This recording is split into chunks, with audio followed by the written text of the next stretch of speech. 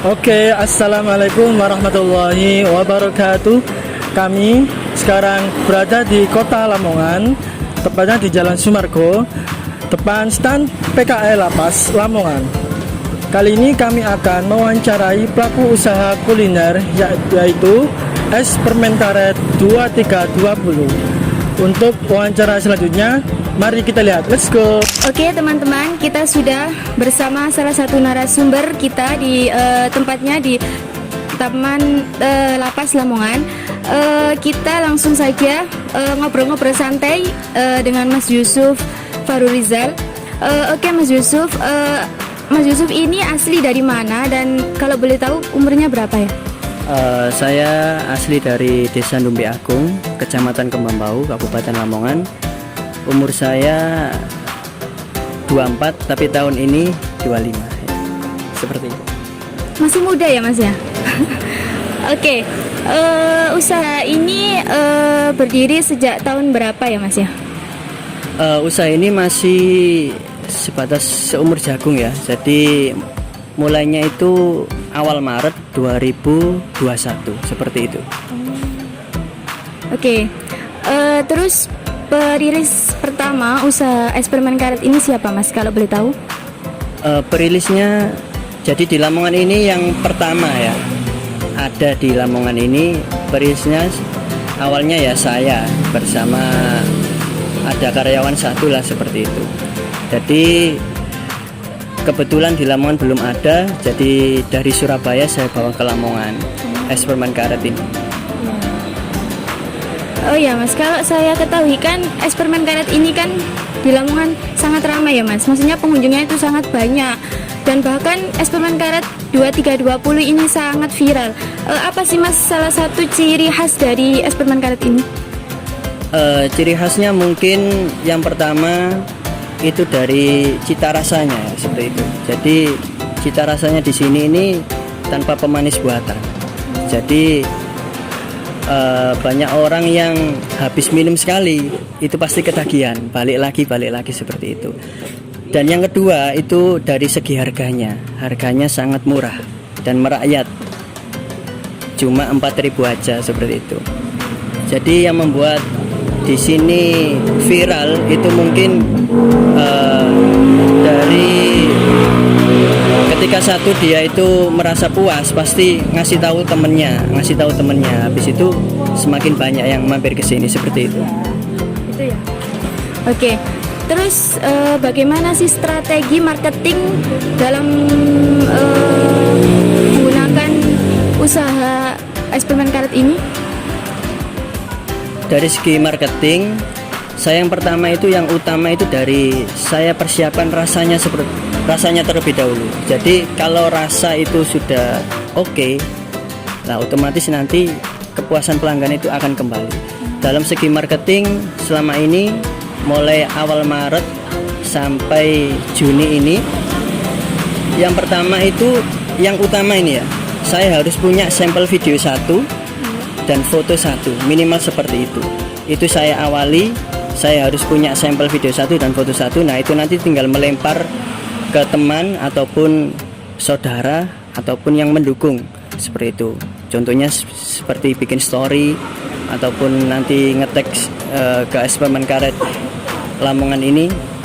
Itu yang awal-awal. Kemudian saya beranjak lagi untuk marketingnya itu saya mengundang influencer dan juga konten kreator di area Lamongan ini. Jadi nantinya saya undang untuk mereview makanan ataupun ada jajanan kan dan minuman es di sini. Kemudian saya juga menggandeng media, jadi media Lamongan, media sosial seperti itu. Jadi cara marketingnya seperti itu. Jadi nanti diposting, mungkin video dari kami juga bisa, video dari sana langsung mereview ke sini juga bisa. Dan akhirnya banyak orang yang penasaran melalui media sosial yang ada di Lamongan itu. Penasaran satu, soalnya kan belum ada di Lamongan. Yang kedua, penasaran es permen karet. Jadi seakan-akan kan gimana ya permen karet kok bisa jadikan es seperti itu. Jadi sementara strategi marketing yang sudah saya jalani seperti itu. Jadi 3 itu tadi. Satu, saya harus punya sampel video dan foto. Sederhana lah, saya share ke teman ataupun saudara. Yang kedua, mengundang konten kreator ataupun influencer, terutama yang kuliner makanan seperti itu. Jadi saya mengundang dari Surabaya juga ada, dari Lamongan juga ada. Kemudian yang ketiga, media sosial itu tadi, yang media sosial Lamongan, kita tinggal mengirim video ataupun itu.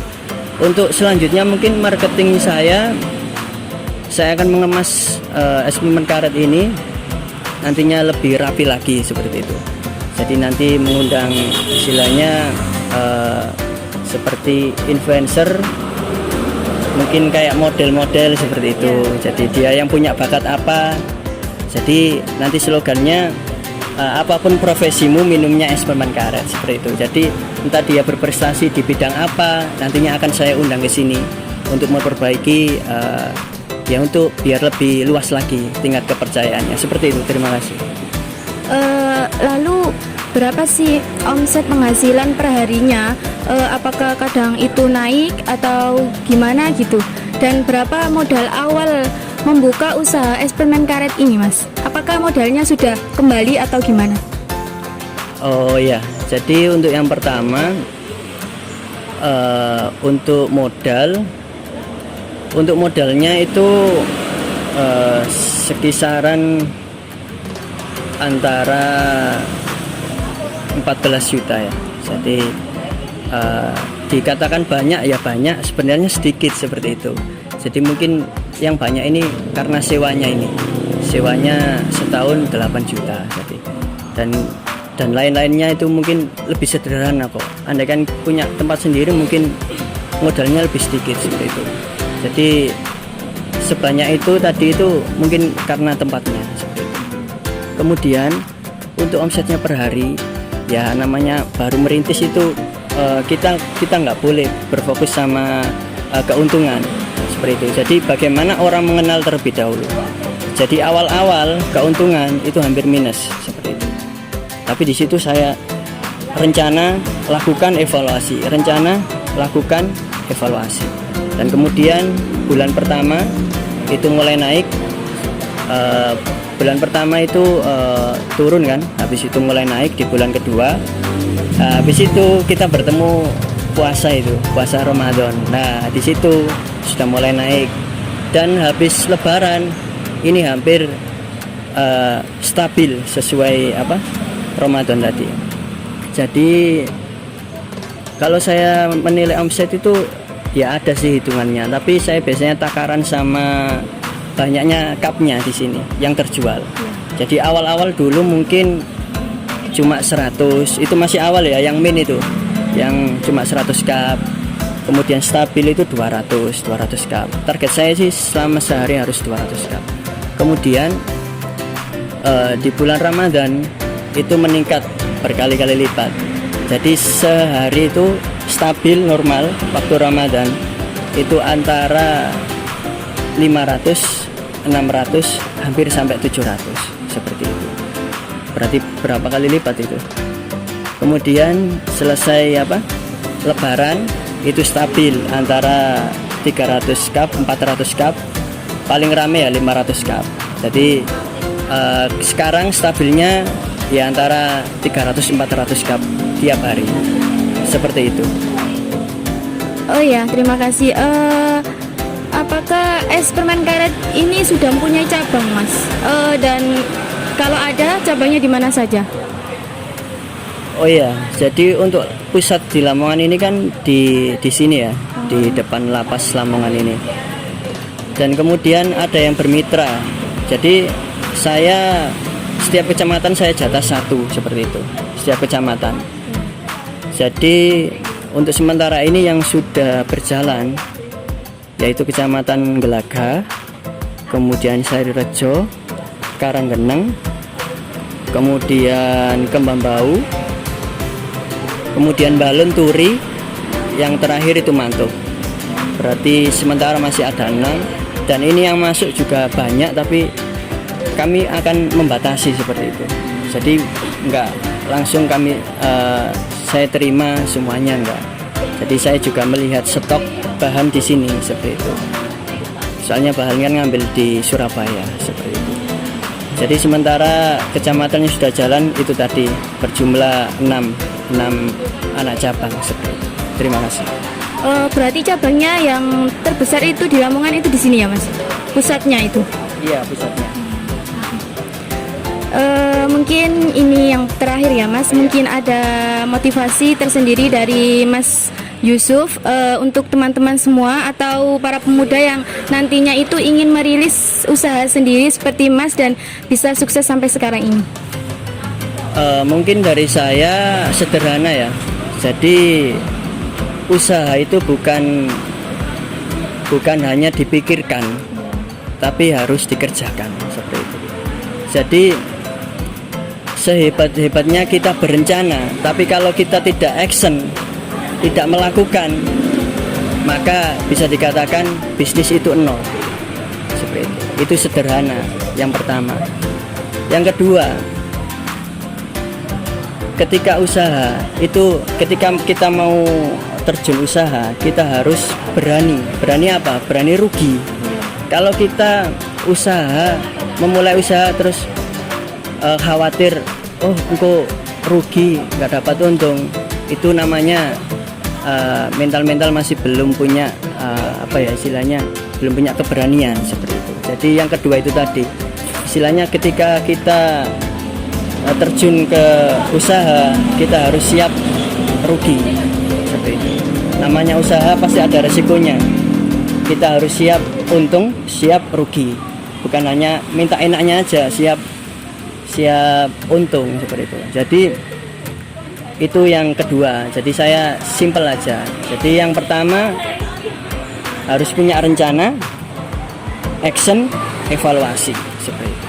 Maksudnya setiap hari harus punya pikiran seperti itu. Rencananya apa? Oh saya harus punya seperti ini. Nah ini yang kedua, ini actionnya ini harus seperti itu. Percuma punya rencana besar tapi actionnya nol. Sama aja kita ingin liburan kemana tapi kita nggak nyewa bis ataupun pergi ke sana. Kemudian yang terakhir ini kontrolnya, evaluasi. Meskipun action kita bagus tapi kita kalau nggak punya evaluasi, kita akan stagnan seperti itu, nggak akan berkembang. Istilahnya kalau ada evaluasi, istilahnya tahu, oh ini kurangnya ini bagusnya di sini, kekurangannya di sini. Jadi untuk nextnya bisa disempurnakan lagi. Mungkin 3 itu. Jadi yang utama itu tadi, kalau ingin memulai usaha, 1, lakukan action. Mungkin itu. Oke, terima kasih. Ini bisa saya simpulkan ya. Yang pertama itu ada rencana, yang kedua juga ada action dan motivasi. Kalau kita berusaha itu tidak boleh memikirkan rugi. Karena usaha itu pasti ada keuntungan dan ada rugi. Karena apa? Karena sebuah proses itu tidak akan mengkhianati sebuah hasil. Dan semoga, terima kasih Mas Yusuf, semoga usahanya ini semakin maju, semakin ramai dan lancar, dan yang penting itu semoga lebih berkah ya. Terima kasih untuk wawancara pada siang hari ini. Saya minta maaf kalau ada kesalahan.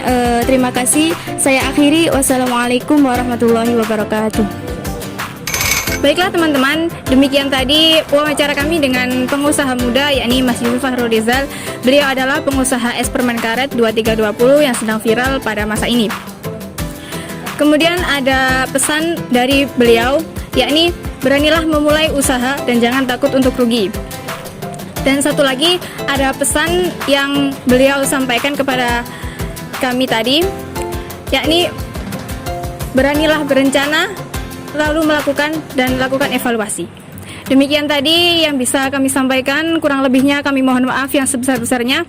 Akhirul kalam, wallahu muwaffiq ila aqwamit thoriq. Assalamualaikum warahmatullahi wabarakatuh.